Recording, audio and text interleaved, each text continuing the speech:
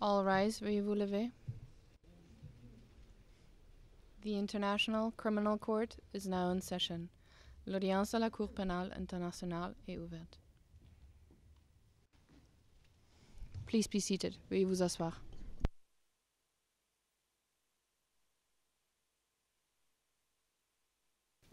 Good morning, everyone.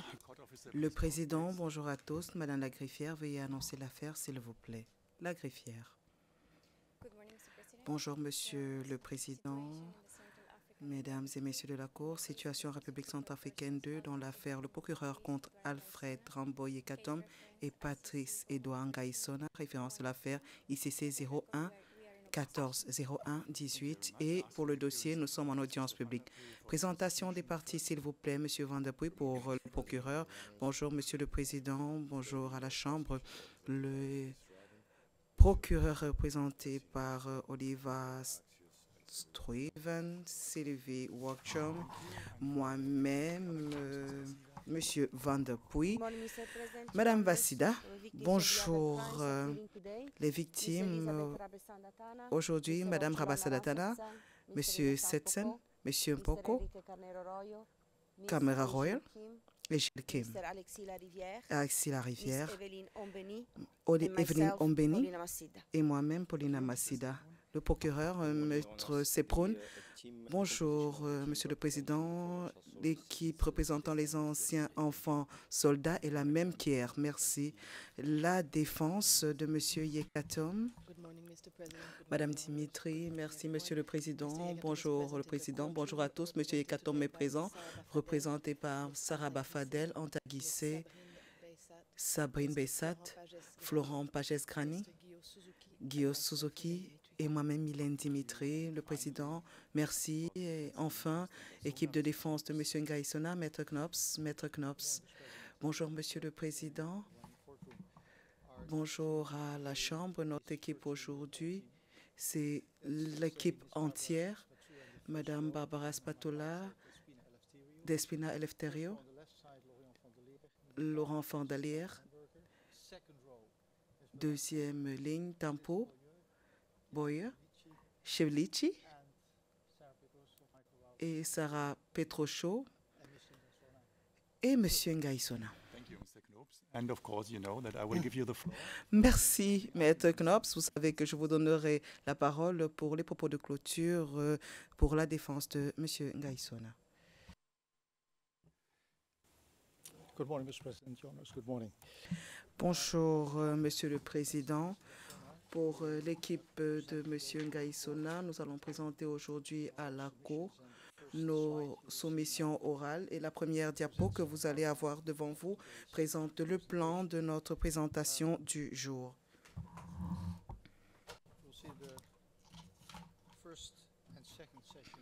Première et deuxième session, ce sont les sujets que nous allons traiter. Introduction par moi-même. Troisième sujet, Monsieur Firo.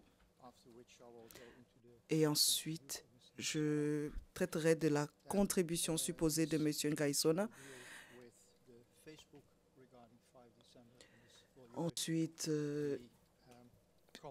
implication de Monsieur Ngaïsona dans l'attaque du 5 décembre, données de Facebook. Et vous avez les sujets de la troisième session également sur cette diapositive. Et ensuite, je prendrai 5 minutes pour la clôture à la fin des présentations, si le temps le permet.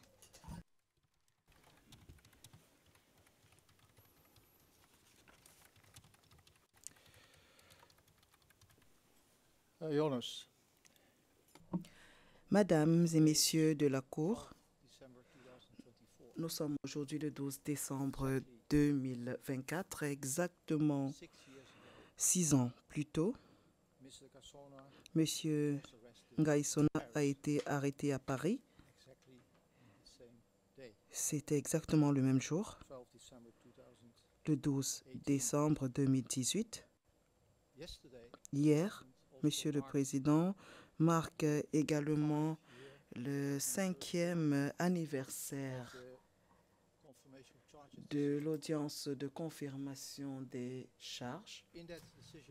Et dans cette décision, mesdames et messieurs de la Cour, la Chambre a noté que des faits solides de la responsabilité pénale de M. Ngaïsona étaient basés sur des informations secondaires et des inférences, paragraphe 102 de cette décision. La Chambre préliminaire 2, il y a 5 ans,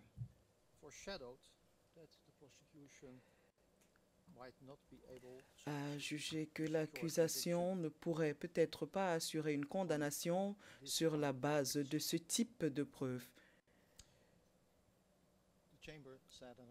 La Chambre avait dit, je cite, « Le seuil de preuve applicable à cette étape des procédures nécessite des fondements solides pour croire, comparé au seuil exact du procès. » Fin de citation. Monsieur le Président, 5 ans plus tard, aujourd'hui, l'accusation n'a toujours pas atteint ce seuil.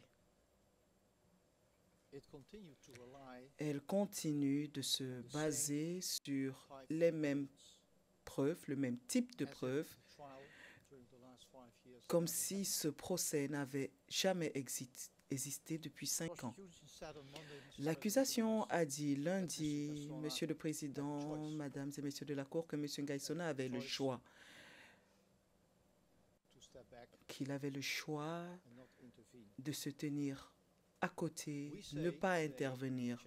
Nous disons aujourd'hui devant cette Chambre et à l'accusation que l'accusation avait elle-même le choix. Elle aurait pu accepter qu'elle n'aurait jamais pu assurer la charge de la preuve pendant ce procès, mais elle a plutôt choisi un aveuglement volontaire qui a également résulté sur un effet dévastateur sur la vie des personnes qui ne sont pas responsables des charges.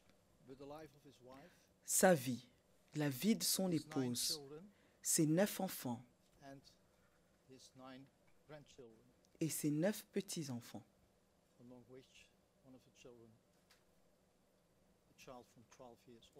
parmi eux un enfant de 12 ans. Monsieur le Président, pendant notre exposé, nous expliquerons ce que nous entendons par aveuglement volontaire. L'affaire de l'accusation, c'est le deuxième point,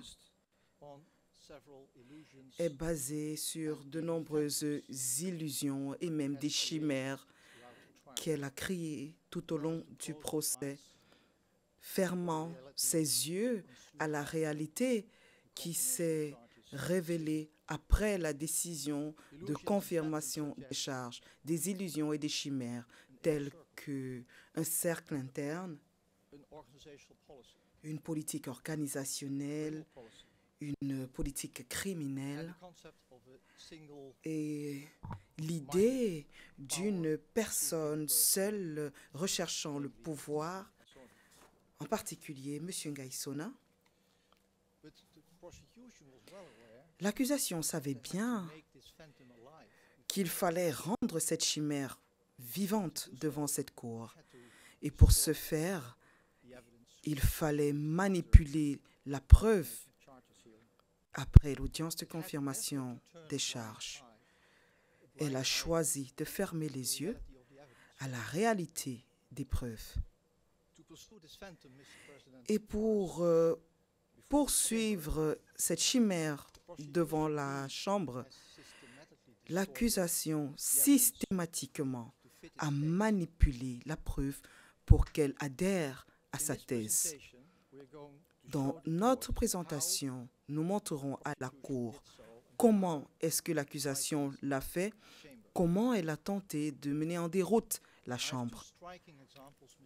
J'ai 2 exemples marquants de ce que j'avance. Le premier,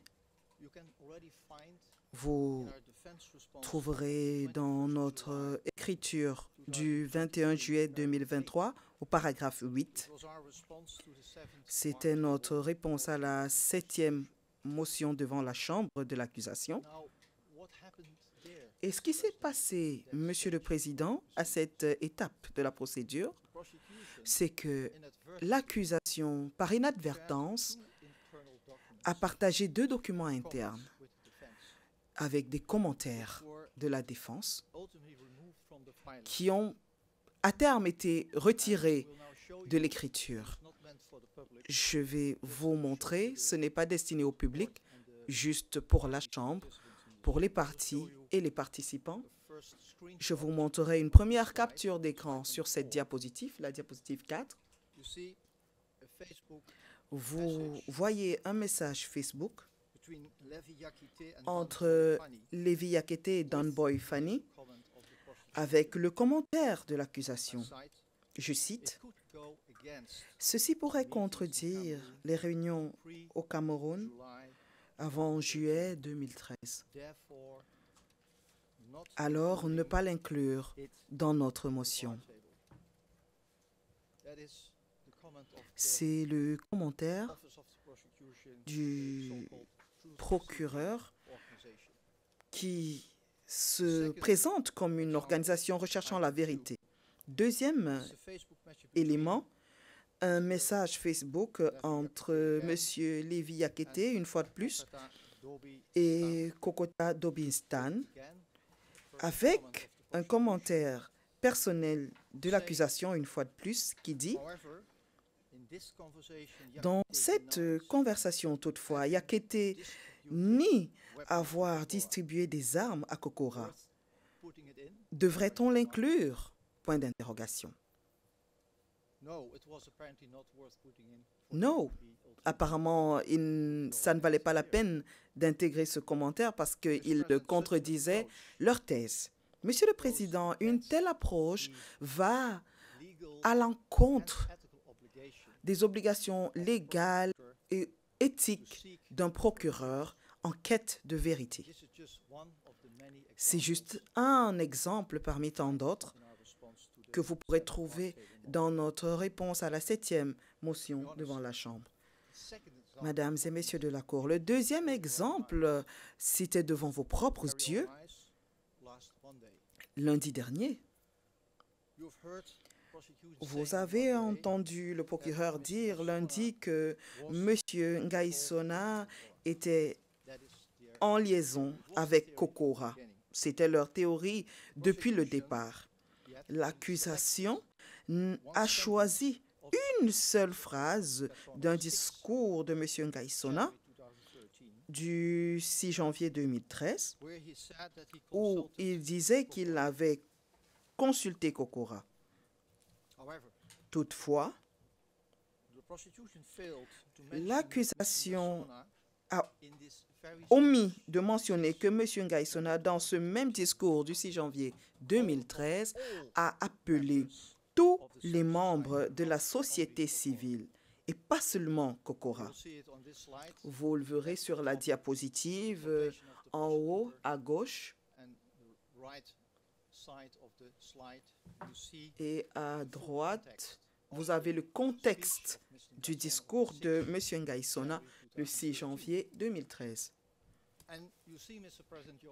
Monsieur le Président, Mesdames et Messieurs de la Cour, dans ce discours du 6 janvier 2013, M.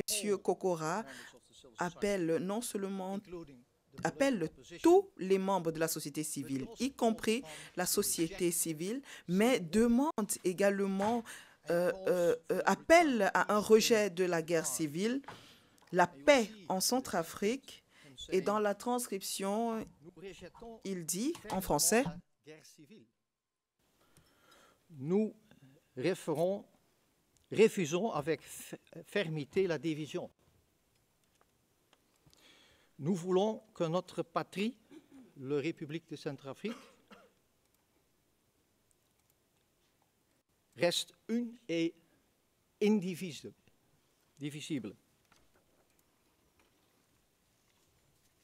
That is the real context of the speech of Mr. Ça, c'est le contexte du discours de M. Ngaïsona.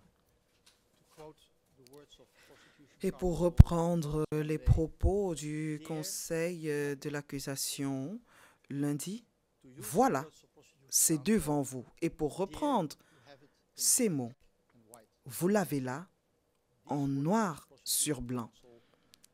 C'étaient les mots du procureur lorsqu'il faisait référence à d'autres discours et d'autres correspondances. Vous l'avez là, en noir sur blanc.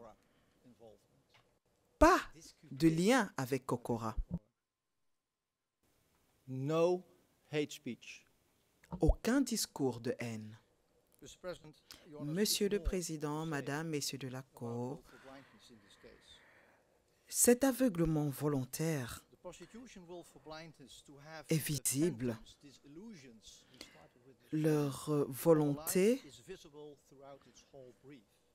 de manifester cette chimère est visible dans son écriture du début à la fin. Des tendances contentieuses ont été identifiées, 7 précisément. La première, pour maintenir sa chimère devant la Chambre, et la sélection des éléments de preuve. C'est la première stratégie du procureur pour maintenir sa thèse. Le procureur a choisi uniquement les éléments de preuve qui correspondaient à sa thèse et a mis de côté toutes celles qui n'y correspondaient pas. Ce qui résulte en de nombreuses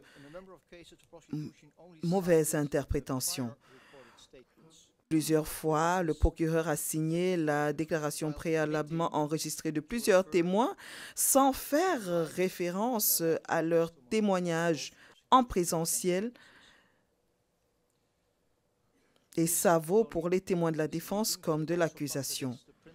Cela est non seulement déroutant, mais également contredit le principe de la primeur du discours oral, du témoignage oral.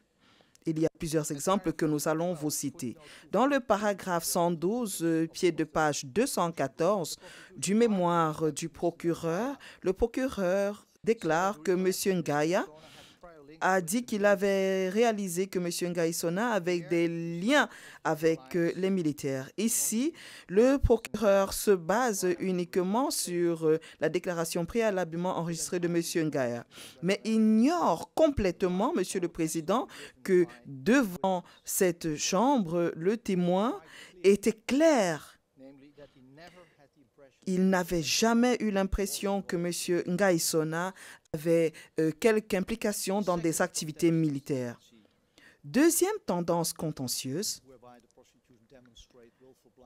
où le procureur fait preuve d'aveuglement volontaire, c'est des allégations non fondées. La Chambre pourra noter que dans de nombreuses affaires et plusieurs fois dans leur mémoire, le procureur fait des allégations non prouvées et il était même prêt à rajouter du contenu à des éléments de preuve, à plusieurs éléments de preuve, sans qu'il y ait de fondement. Par exemple, mémoire du procureur, paragraphe 121, pied de page 231, le procureur essaye de faire croire à la Cour que les messages de M. Mokom lui-même confirment que M. Ngaïsona était en liaison avec Maxime Mokom. Cependant, un examen de ces messages, Monsieur le Président, cet échange daté du 13 janvier 2014, indique uniquement que M. Mokom a eu des contacts téléphoniques avec le vieux au Cameroun. Aucune mention de M. Ngaïsona. C'est la même stratégie qu'on peut observer pour les relevés téléphoniques. En évaluant les relevés téléphoniques, Monsieur le Président, vous devrez faire attention à la base d'attribution des numéros par le procureur. Certains numéros ont été attribués à des individus. Il ne faudrait pas les prendre pour argent comptant. Par exemple, le numéro de téléphone attribué au pied de page 362 du mémoire du procureur, le numéro qui s'achève par 3464, et la référence au pied de page 396, le numéro qui s'achève par 6297, le procureur, comme la Chambre le verra, ne présente pas d'éléments soutenant de telles attributions. Troisième tendance contentieuse, que le procureur utilise pour déguiser les preuves est ce que nous avons appelé des raccourcis de preuves, des sauts conceptuels. Le procureur a fait passer la charrue avant les bœufs pour faire correspondre les éléments de preuve à des narratifs préconçus en utilisant des raccourcis et des sauts conceptuels simplistes. Par exemple, le procureur assimile les anti-Balaka à un groupe qu'il appelle « jeunes », suggérant que le terme « jeune » est une sorte d'entité monolithique. Mémoire du procureur, paragraphe 16. Nous nous rappellerons, Monsieur le Président, et vous le trouverez également dans les écritures du procureur, que la moitié de la population centrafricaine pourrait être appelée jeune. La Cour ne peut pas se baser sur des généralisations de telle sorte qui manquent de la rigueur nécessaire attendue du procureur. Toujours dans le mémoire du procureur, paragraphe 149, pour soutenir que M. Ngaïsona était averti que les anti-Balaka ciblaient les populations musulmanes. Cependant, le procureur ne se base que sur le témoignage du P2232, selon lequel M. Mokom a reçu des rapports après chaque attaque et que M. Ngaïsona et M. Mokom étaient en correspondance. Que M. Ngaïsona aurait dû être averti. C'est clairement un saut conceptuel que le procureur fait pour soutenir sa thèse. La quatrième tendance contentieuse que le procureur utilise, c'est se baser sur des preuves qu'il sait être fausses. Monsieur le Président, malgré que le procureur soit pleinement averti que des éléments de preuve sur des personnes essentielles n'étaient pas fiables, il fait toujours référence dans le mémoire de clôture contre toute attente. Et l'un des exemples les plus frappants, c'est une publication Facebook sur le Froka à Bangui, qui cite que des combattants anti-Balaka à l'extérieur de Bangui, en fin novembre 2013, sans traiter de la mauvaise interprétation de cette image, paragraphe 234, pied de page 470. Vous savez, et le procureur également, que la défense avait attiré l'attention du procureur en juillet 2023 sur le fait que des photos de combattants postées par Bangui Froka n'avaient pas été prises à Bangui, et même pas en République centrafricaine. Mais que c'était des photos, Monsieur le Président, de 2010 jusqu'en 2011, de la crise post-électorale en Côte d'Ivoire. Et elles ont été présentées devant cette chambre une fois de plus dans leur mémoire, comme si elles avaient été prises dans les banlieues de Bangui en 2013. Et qu'elle ferait référence à des combattants anti-Balaka. Monsieur le Président, le fait que le procureur continue de fermer les yeux sur ces fausses informations montre qu'ils sont prêts à convaincre cette Chambre avec de fausses preuves, des preuves manipulées pour, une fois de plus, soutenir sa thèse.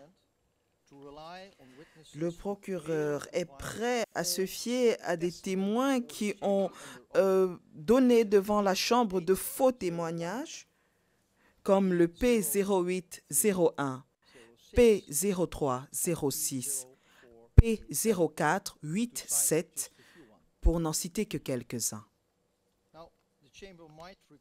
La Chambre se rappellera, juste pour vous donner un exemple sur P0801, que cet individu est venu devant la Cour disant qu'il y avait une réunion à l'ambassade de Centrafrique en mai 2013 et que pendant cette réunion, il avait été dit que M. Bozizé avait reçu un coup de fil l'informant que la tombe de sa mère avait été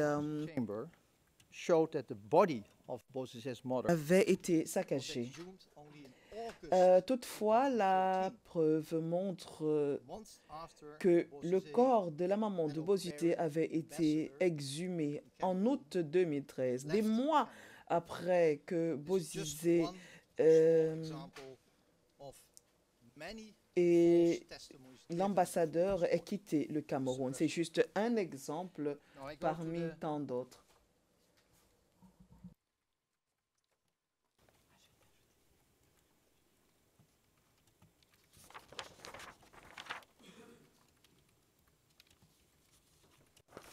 Fifth tendency. Cinquième élément, le procureur, Monsieur le Président, a cité, et cela peut se voir dans son mémoire, se base excessivement sur des oui-dire,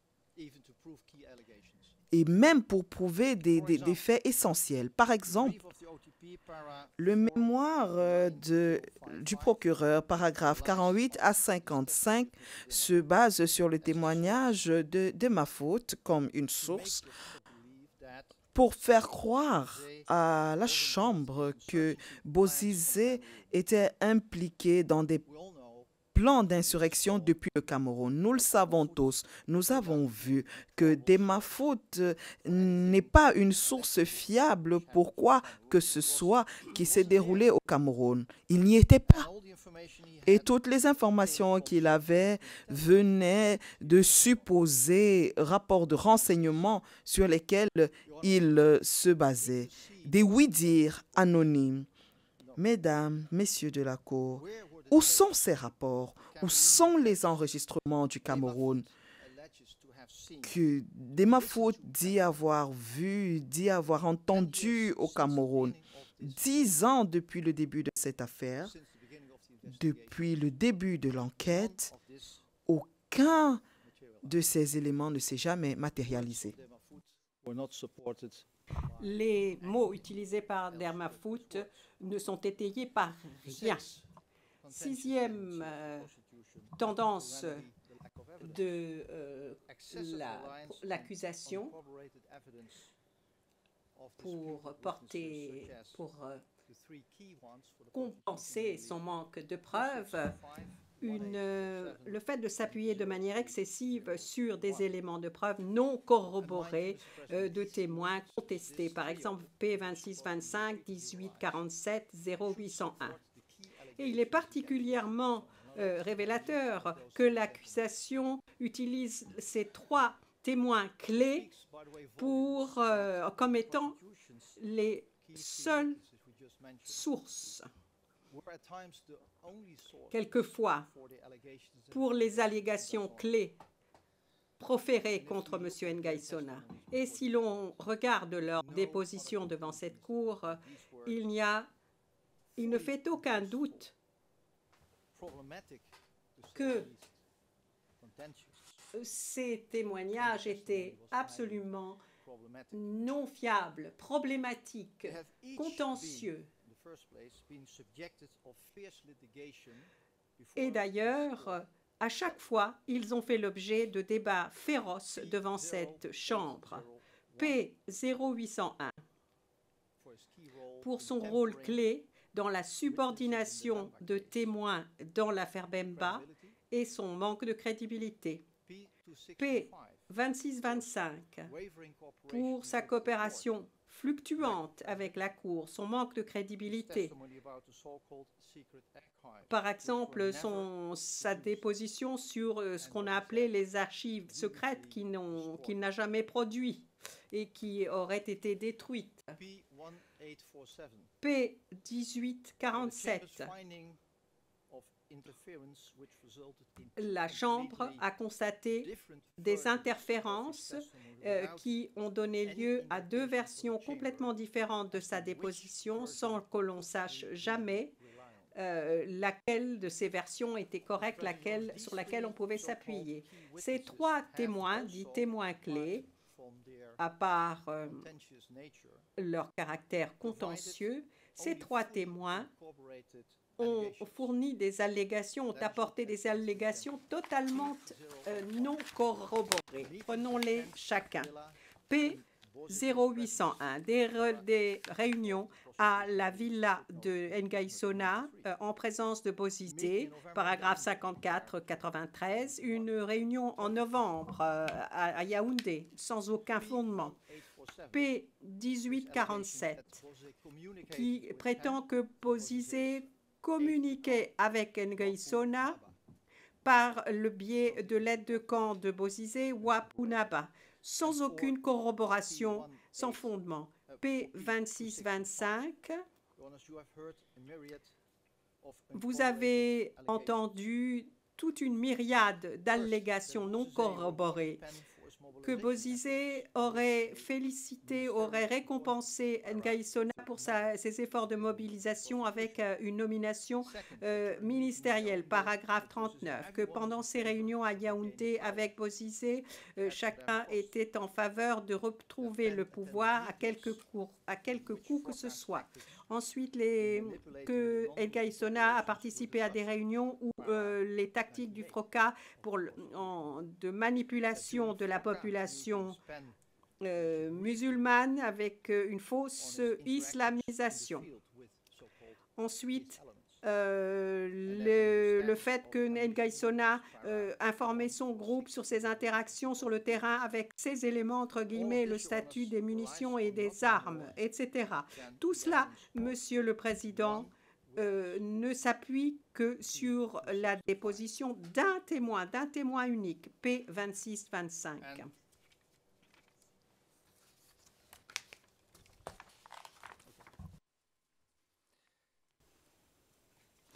Mr. President, Your Honours, if we refer to 2625, Monsieur le Président, si nous parlons de 2625, nous ne parlons même pas de ces mensonges proférés devant cette cour.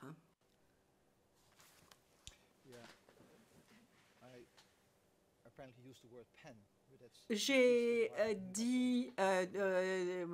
parlé de peine, PEN, mais lorsque je dis peine, je veux parler de Patrice Edouard Ngaïsona. Le Président, mais ce n'est pas nécessaire d'expliquer cela. Donc, les mensonges de 26-25, prenons des exemples, Monsieur le Président, les plus frappants.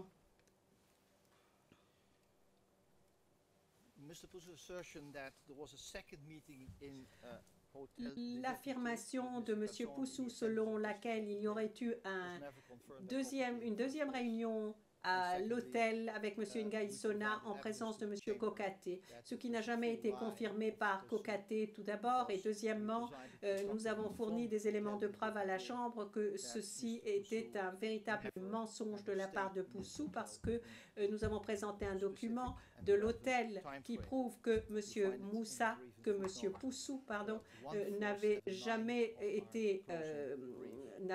jamais séjourné à l'hôtel à ce moment-là. Vous trouvez cela dans notre mémoire 1479. Une réunion d'ailleurs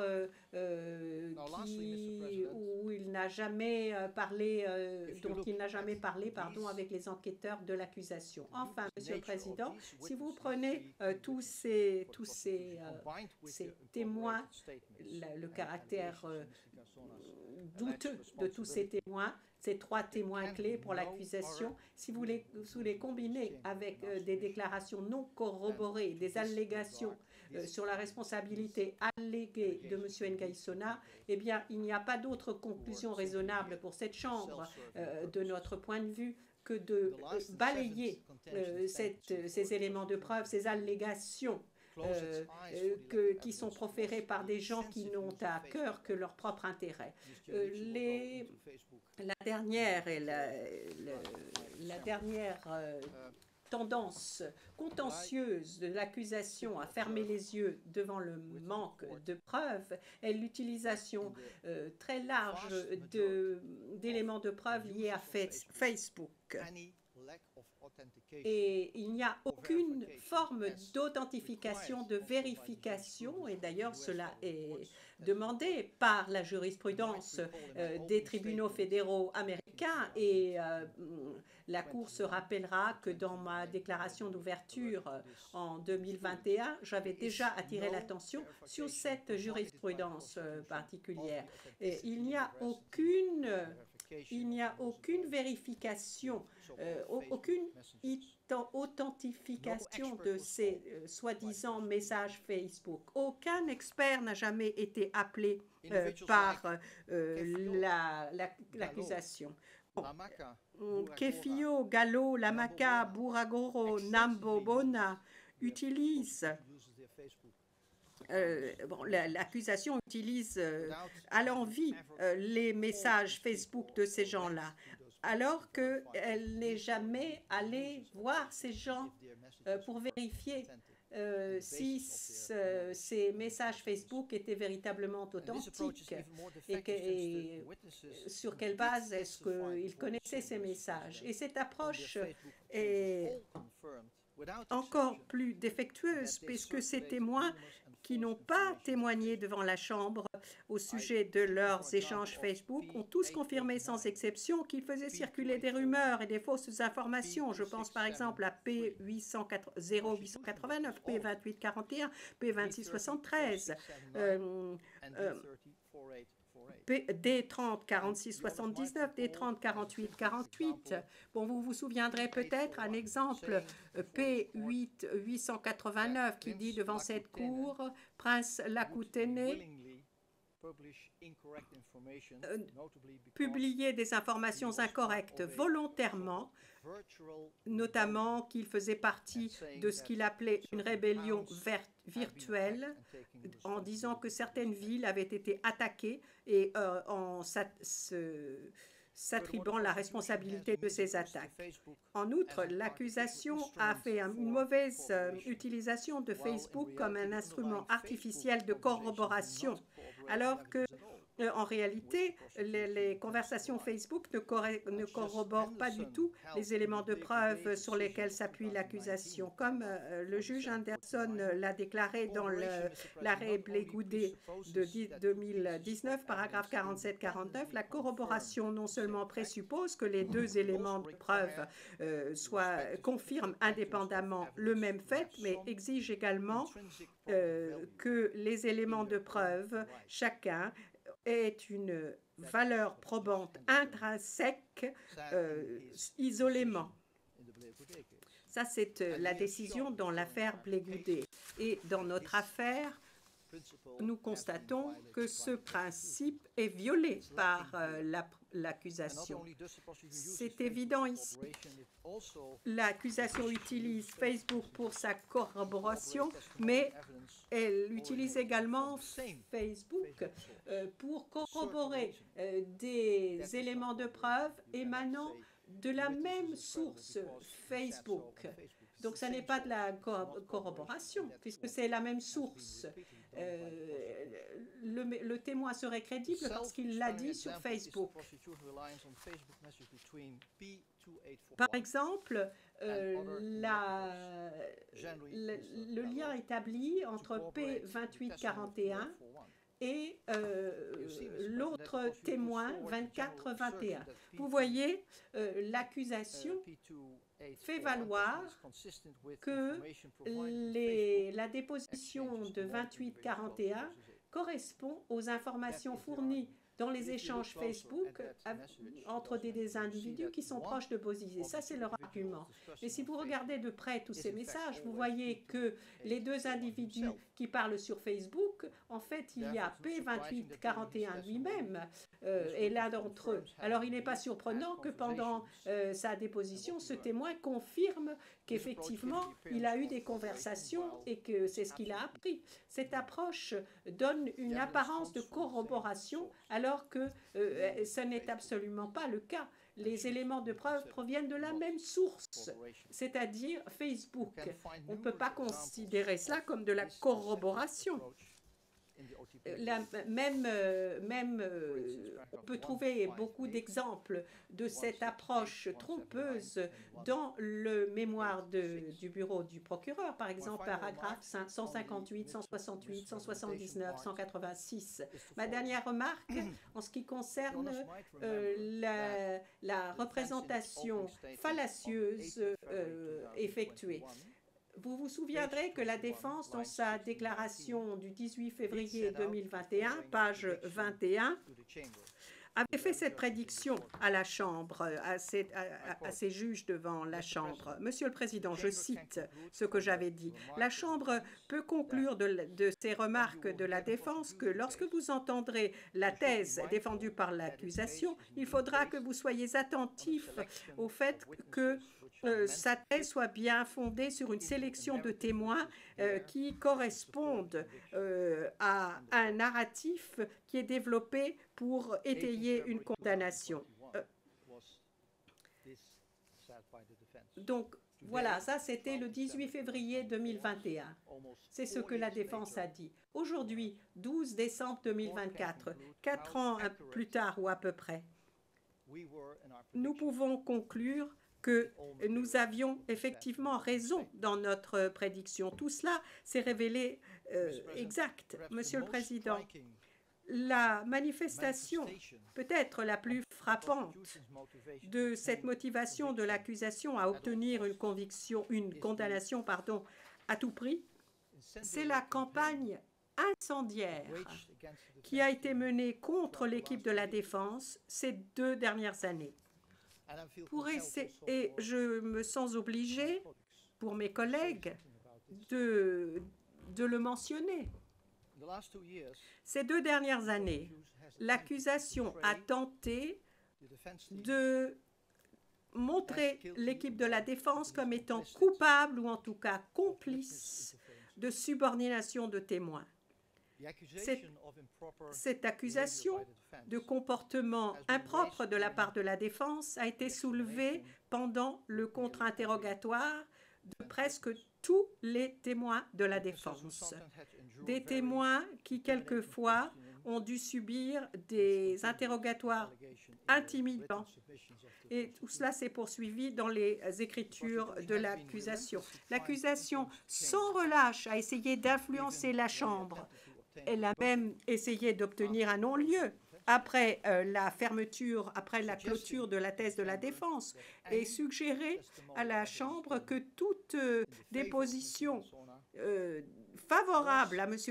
Ngaïsona avait forcément été obtenue de manière frauduleuse par la pression et l'intimidation. Monsieur le Président, je ne vous dirai que cela aujourd'hui. S'il vous plaît, rappelez-vous que lorsque l'accusation ne dispose pas d'éléments de preuve, elle cherche d'autres éléments pour détourner l'attention de la Chambre. Et c'est exactement ce qui s'est passé. Il n'y a pas eu de subornation. Cette équipe a respecté les règles qui s'appliquent à toutes les équipes qui travaillent devant cette Cour. C'est simplement une preuve de l'échec de l'accusation à trouver des preuves, à étayer sa thèse. Et je suis sûre que vous verrez ce qui se cache derrière cette stratégie.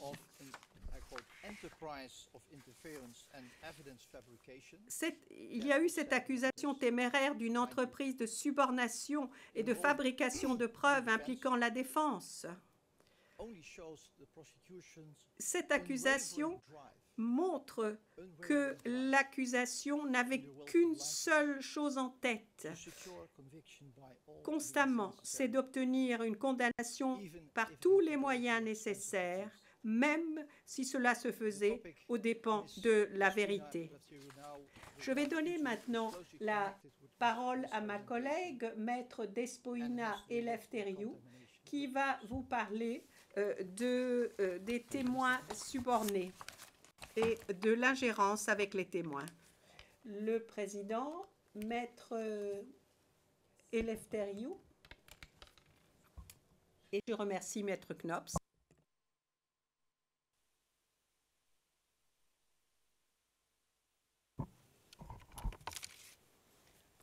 Good morning, Mr. President. Good morning. Maître Eleftheriou, merci, Monsieur le Président, et je salue toutes les personnes dans cette salle d'audience et à l'extérieur de cette salle d'audience.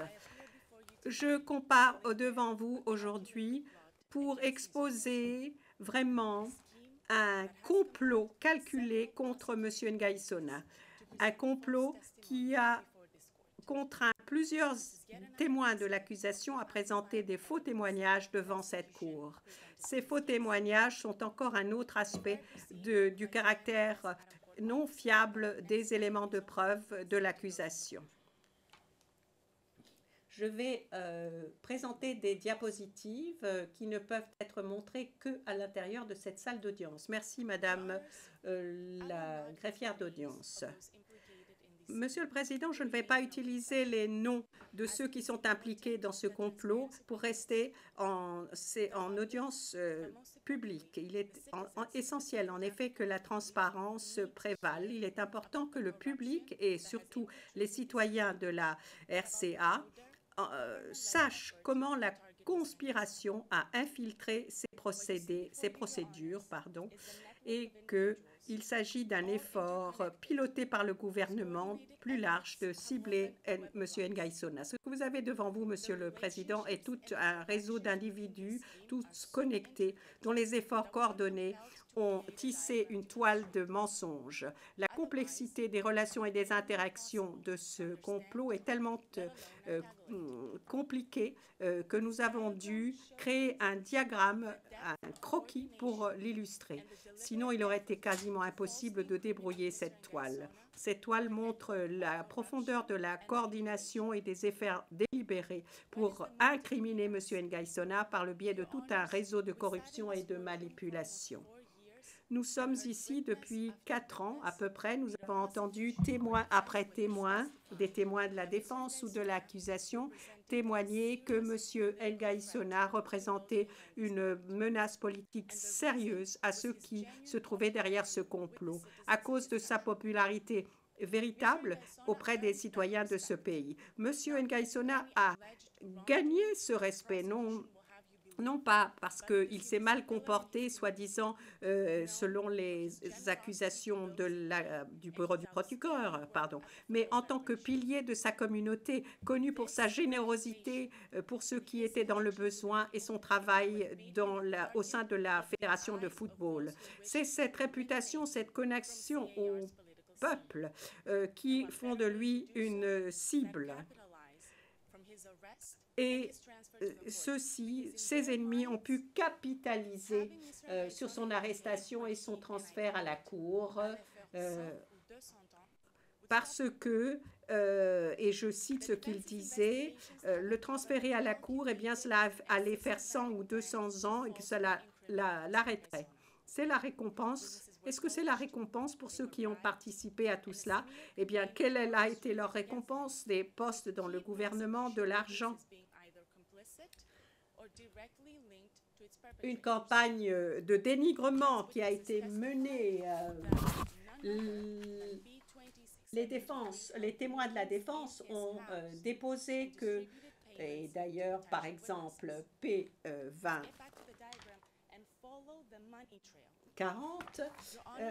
voyons le diagramme que je vous ai montré et suivons la trace de l'argent. Vous verrez que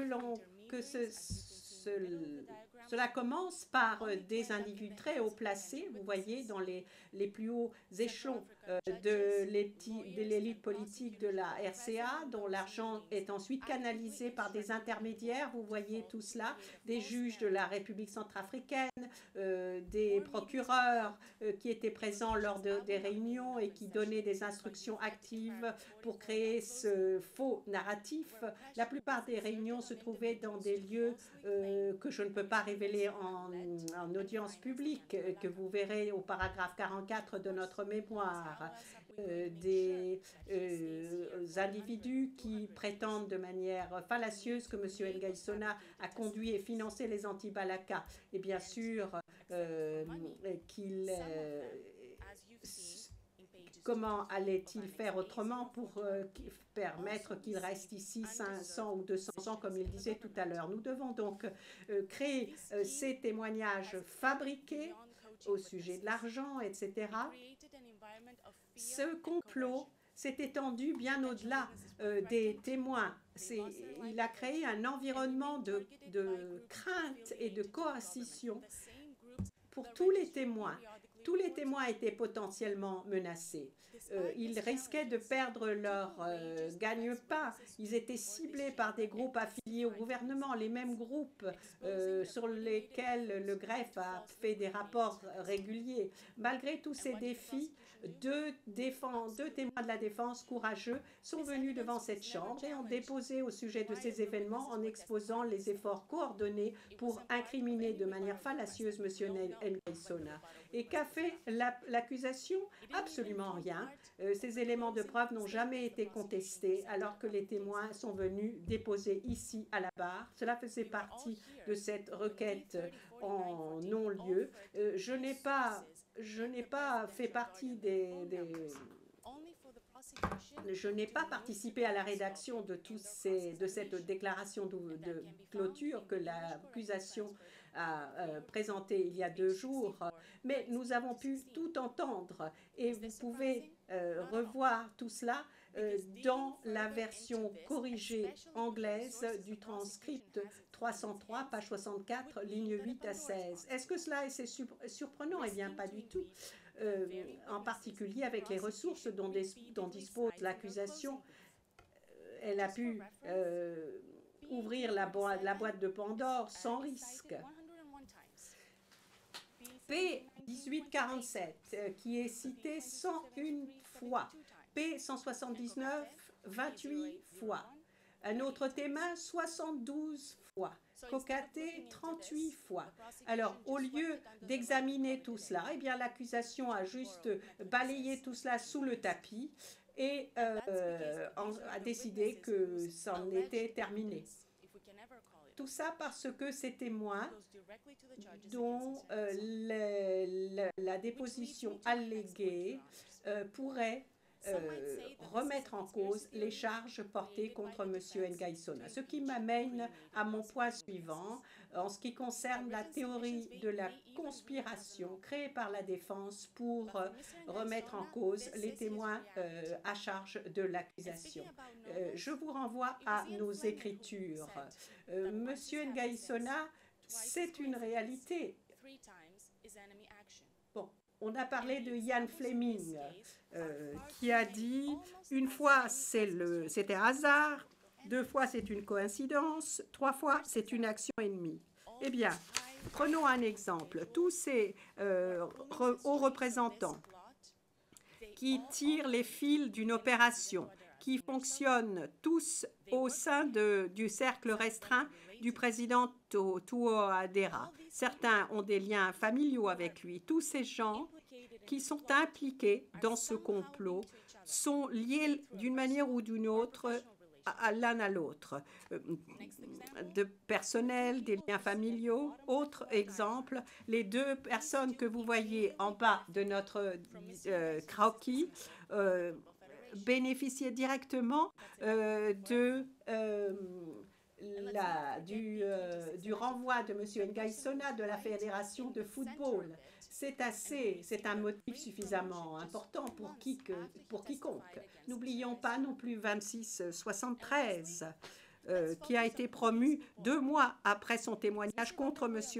Ngaïsona. M. Van der Poel lundi a déclaré que l'accusation avait 150 témoins, que 75 étaient venus déposer devant cette chambre. Cependant, tous ceux qui ont été impliqués dans ce complot, ce sont des gens qui peuvent être facilement manipulés et corrompus. Ce ne sont pas mes propres termes, ce sont les termes utilisés par d'autres témoins de l'accusation qui ont fait l'objet d'un contre-interrogatoire par la défense.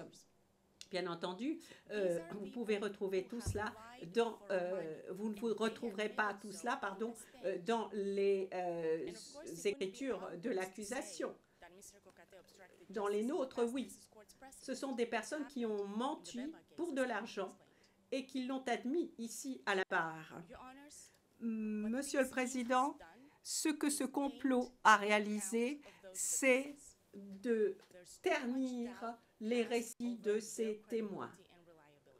Un trop grand doute a été semé sur leur crédibilité et leur fiabilité. Tous ces facteurs doivent être évalués à la lumière de ce que l'on a pu constater lorsqu'ils sont venus déposer. Leur comportement était évident. Leur déposition avait été préparée. Elle n'était pas naturelle. Elle manquait d'authenticité, et de vérité. La Chambre de première instance peut fonder ses conclusions sur ces récits. Maintenant, Monsieur le Président, c'est à vous, c'est à cette Chambre de faire en sorte que ce procès ne soit pas mal utilisé comme un outil pour répondre à un agenda politique. La justice demande que l'on révèle la vérité et non pas que l'on utilise la justice, la tromperie et la manipulation. La justice pénale internationale doit cela à M. Ngaïsona, aux victimes, à la République centrafricaine, pour déterminer ce qui s'est véritablement passé. Ne pas permettre que la justice, comme je le disais, soit ternie par la tromperie et la manipulation. Le Président, merci, Maître Eleftheriou, Maître Knop.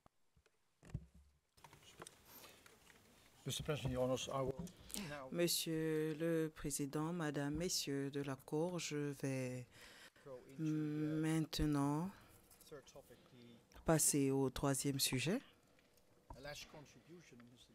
La participation supposée de M. Ngaïsona à la commission de crime et des réactions face aux mémoires du procureur.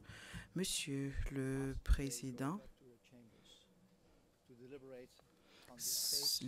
la Chambre devra délibérer sur cette affaire et il faudra vous demander, 10 ans après le début des enquêtes dans cette affaire, après avoir entendu plus d'une centaine de témoins devant la Cour, est-ce que les questions qui vont suivre ont reçu des réponses affirmatives ou négatives au-delà de tout doute raisonnable?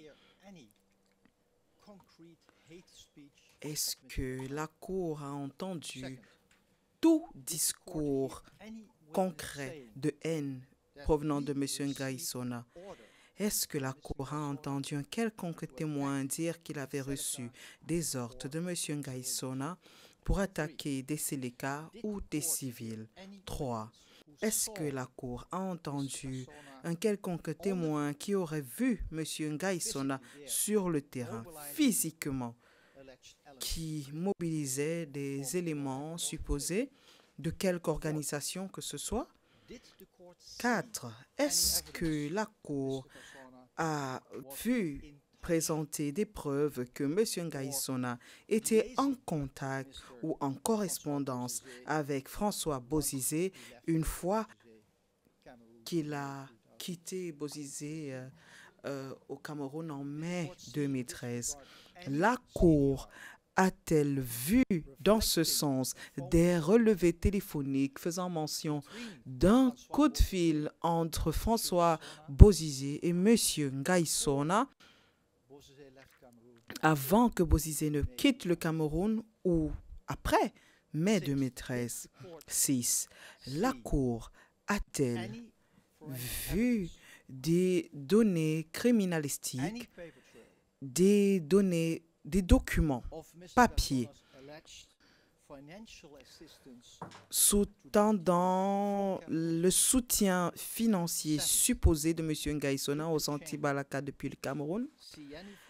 7. La Cour a-t-elle vu des données criminalistiques présentées devant cette chambre prouvant que M. Ngaïsona a été impliqué dans l'achat ou la fourniture d'armes, de munitions ou de turaillas? 8. Quand bien même la Chambre conclurait que l'accusation a pu répondre par l'affirmative à ces 7 questions, la Cour a-t-elle entendu suffisamment de preuves qui établissent un lien avec la commission effective de crimes sur le terrain, même si on acceptait que M. Ngaïsona ait commis des actes selon cette hypothèse? Est-ce qu'il y a des preuves que M. Ngaïsona ait commis ces gestes? Si ces questions reçoivent des réponses négatives,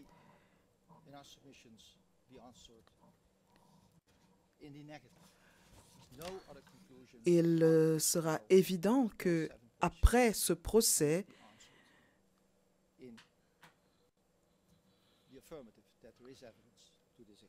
que des preuves sous-tendant des réponses positives à ces questions ne sont pas possibles.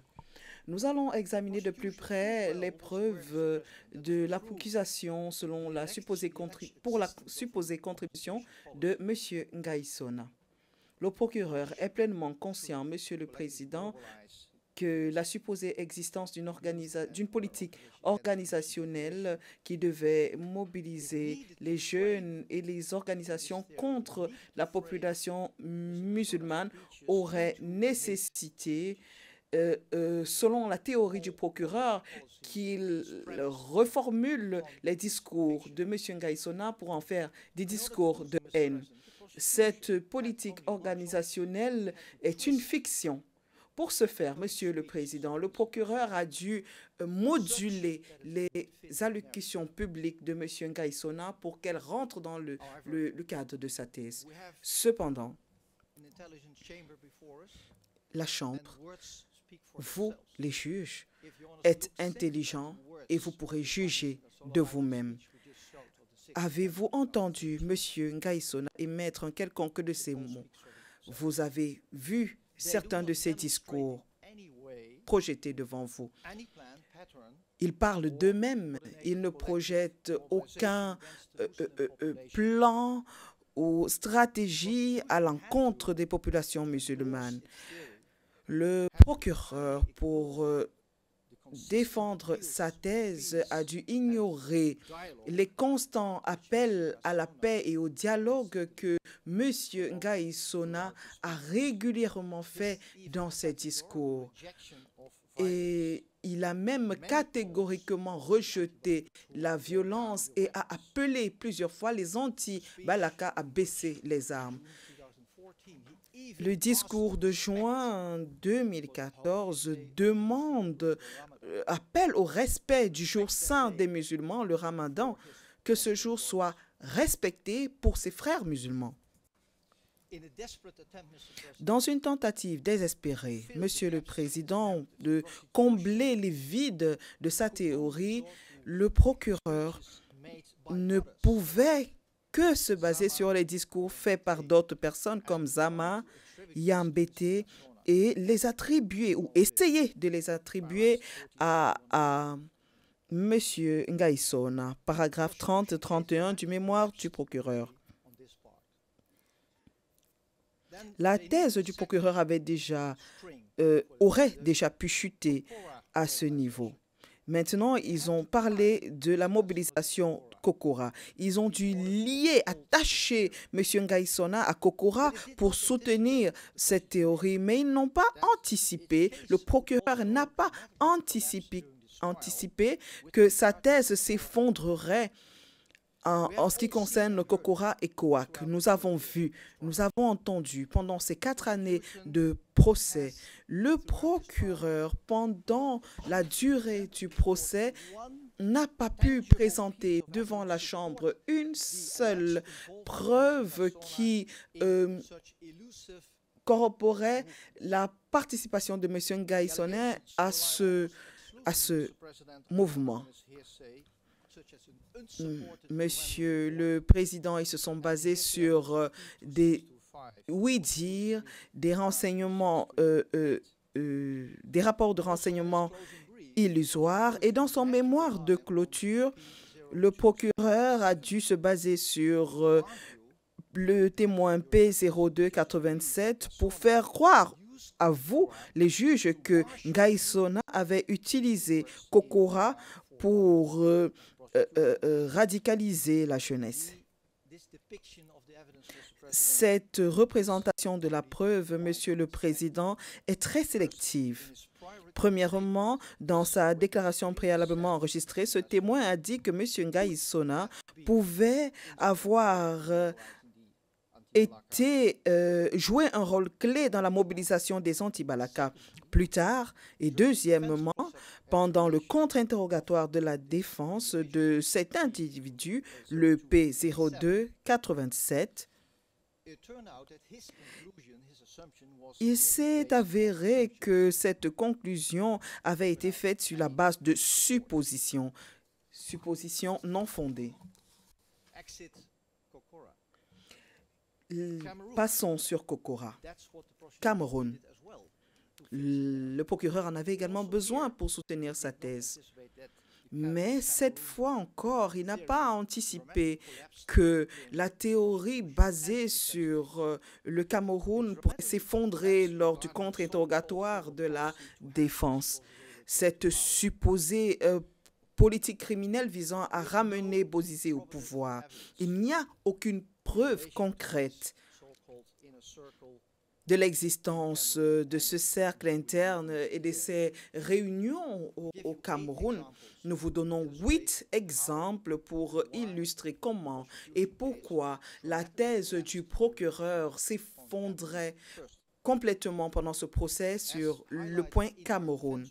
Comme nous l'avons relevé dans notre mémoire, le mémoire de la défense, la nature indéfinie et en constante évolution du cercle interne présenté par le procureur de manière arbitraire et depuis le début de l'affaire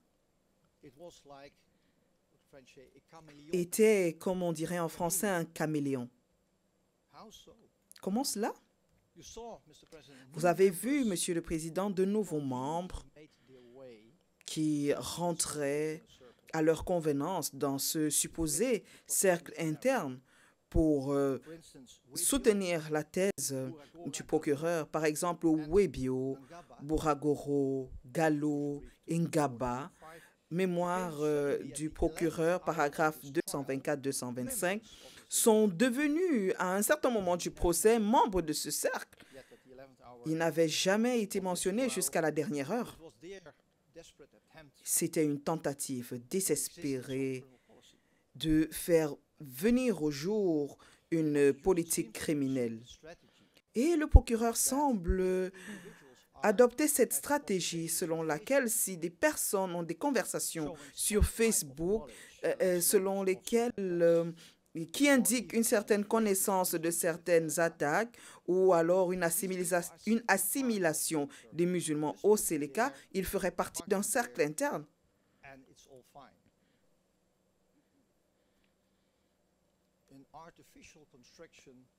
Dans cette construction artificielle pour convaincre la Cour qu'il y avait un cercle interne, pour parler de cette intention criminelle partagée, le juge Anderson l'a dit dans le jugement Blé-Goudé, tout peut prouver toute approche. Je crois que cette phrase peut être reprise à notre compte ici. Cette approche présuppose une culpabilité par association et l'existence d'une politique criminelle organisée, coordonnée.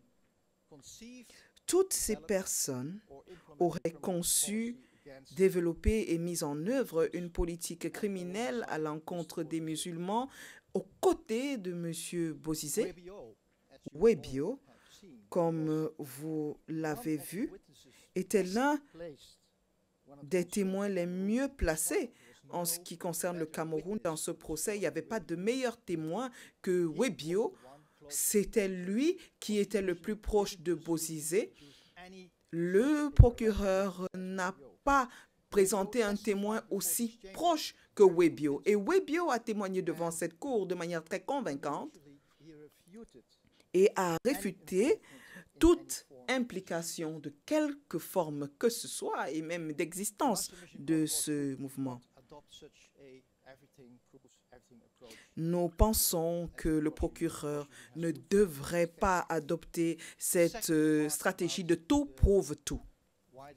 Deuxièmement, la thèse Cameroun s'est effondrée parce que, en dehors des réunions supposées au Hilton, qui ont déjà été discutées en long et en large, le procureur n'a pas pu établir que M. Ngaïsona avait un rôle de coordination. Le procureur accorde du crédit, trop de crédit à un seul email du pasteur Thierry Bongolo à Lévi Yakete le 10 mai 2013. Paragraphe 58 du mémoire du procureur,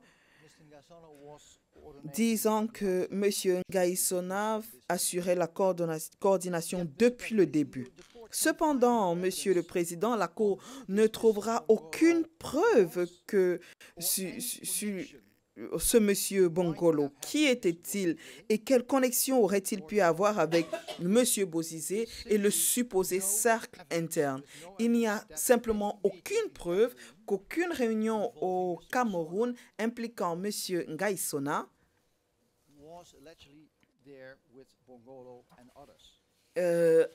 était en présence de monsieur Bongolo ou d'autres. Personne n'a jamais mentionné ce monsieur Bongolo ou sa présence à quelques réunions, que ce soit au Cameroun. Encore moins la semaine du 13 mai, où monsieur Ngaïsona était clairement à Paris, comme l'ont montré les preuves pendant ce procès.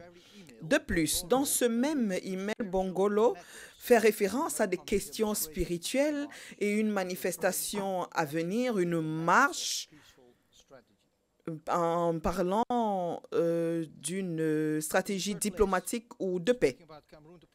Troisièmement, au sujet du Cameroun, le procureur manipule clairement les preuves, disant que Webio a confirmé que Marius Femoun Azoui, Eric Damboy, Francis Bozizé et Franklin Bozizé auraient visité M. Ngaïsona au golf. Paragraphe 1 de 6, pied de page 244.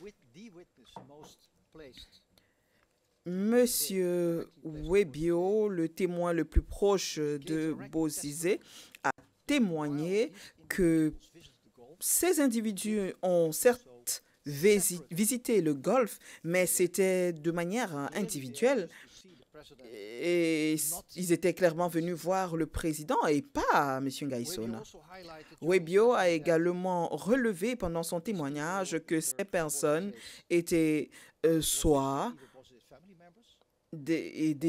rendaient visite à des membres de la famille de Bozizé ou alors des membres de la communauté d'église de M. Bozizé comme Yvon Sanguet. Et loin de suggérer une intention criminelle, ces éléments représentent des interactions régulières, comme c'est le cas avec des proches. Quatrièmement, cette assertion selon laquelle le 29 août 2013, M. Ngaïsona, Bozizé, Yakete, Kokate, Francis Bozizé se sont rencontrés à Yaoundé où M. Bozizé les avait appelés pour l'aider à retrouver le pouvoir. Les preuves démontrent clairement, Monsieur le Président, que M. Bozizé n'était pas au Cameroun à cette date. Des messages Facebook, ceux-là en question mentionnent l'éventuelle présence de certains individus à Yaoundé sans faire référence à la présence de Bozizé ou alors à la tenue d'une réunion. Le procureur n'a jamais démontré tout au long de ce procès l'existence d'un lien entre Bouragoro, l'auteur supposé de ces messages, et Bozizé et son supposé cercle interne. Mais pour sauver sa thèse, le procureur a dû se baser sur des témoignages indirects, des déclarations préalablement enregistrées, des articles de presse et mettant de côté des transcriptions de la cour et des preuves directes qui apportaient une nuance ou qui contredisaient sa thèse. Certains exemples sont cités. Le procureur se base sur la déclaration de 09-92 pour dire que des réunions impliquant M. Ngaïsona et des associés de Bozizé ont eu lieu au Cameroun. Paragraphe 54 du mémoire du procureur. Cependant, lorsque il y a eu contre-interrogatoire dans cette cour, le P0992 a clarifié qu'il y avait entendu parler de ces personnes au Cameroun. Mais il ne savait pas de quoi il s'agissait. Il ne savait pas si c'était pour remettre Bozizé au pouvoir ou si c'était une toute autre chose. Il a également dit que la plupart étaient des militaires, au contraire de Ngaïsona, qu'il a décrit comme un brave civil. Et a pris soin des enfants uniquement après qu'ils soient arrivés à Bangui. Cette preuve a été écartée par le procureur. Dans son mémoire, au paragraphe 110, pied de page 209, le procureur se base uniquement sur le témoignage préalablement enregistré d'un témoin, le P0291, et ignore totalement son témoignage en présentiel, témoignage pendant lequel il est devenu clair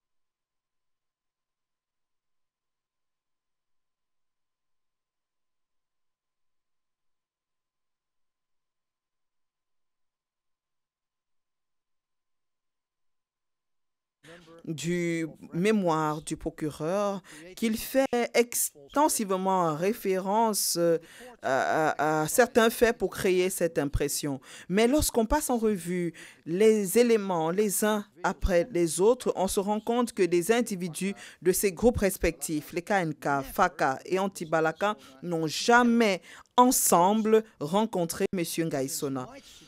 Tout au plus, les preuves peuvent suggérer que M. Ngaïsona a rencontré certains d'entre eux de manière individuelle. L'histoire est toute autre. Et comme pour ce qui est de la déclaration du P2673, selon laquelle le colonel Mboya ou Steve Yambete ont rencontré M. Ngaïsona et Bernard Mokom à Yaoundé, c'était basé uniquement sur des oui-dire et sans aucune corroboration possible. Il n'y a pas de preuve que ces supposées réunions visant à organiser les anti-Balaka aient eu lieu. Plusieurs témoins ont mentionné des rencontres de courtoisie, des rencontres hasardeuses et qui n'impliquaient même pas ni même mentionnaient M. Ngaïsona. 7e point qui justifie les fondements de la thèse Cameroun, le procureur n'a pu citer que P1719 au sujet de Sabé, Willy Bona, Roka Mokom ou Yambete en liaison avec les supposées autorités de Yaoundé. Toutefois, le procureur écarte totalement le témoignage direct et contradictoire du D30 4914 et Webio sur ces mêmes aspects. Étonnamment, le procureur n'a même pas essayé de remettre en cause ce témoignage. Même pas pendant le compte interrogatoire, ils n'ont pas essayé d'analyser ce témoignage puisqu'elle aurait contredit leur thèse. C'était un témoignage unique devant la cour. C'était des témoins directs. C'était des témoins sans aucune motivation, ce qui n'avait pas été suborné pour donner de faux témoignages. Cela prouve simplement la tendance du procureur de mettre de côté tous les éléments qui contredisent sa théorie. Et dernier point au sujet du Cameroun, Monsieur le Président, le procureur prétend que Ngaïsona a organisé une réunion la 3e semaine de novembre 2013 à Yaoundé, où il a reçu des instructions de Bozizé au sujet de ce qui se passerait le 5 décembre 2013 pendant l'attaque, paragraphe 201. Et le procureur s'est également trompé lorsqu'il a supposé que le P0801 corroborait l'existence d'une réunion impliquant M. Ngaïsona et Ngaïkosé à la fin novembre. Quand on analyse de près ce témoignage, il n'a jamais mentionné Ngaïkosé comme faisant partie des participants à cette réunion. Transcription 35, page 8, lignes 6 à 7. Et enfin, messieurs les juges, madame, le procureur prétend que Eugène Ngaïkosé a eu un rôle dans les attaques du 5 décembre. Vous verrez qu'il a été inclus parmi les FACA à Bangui dans une diapositive présentée par le procureur pour soutenir sa thèse. Le président, je pense que nous pouvons prendre une pause maintenant. Maître Knops, j'aurais peut-être besoin de 30 minutes après la pause pour clore mon propos.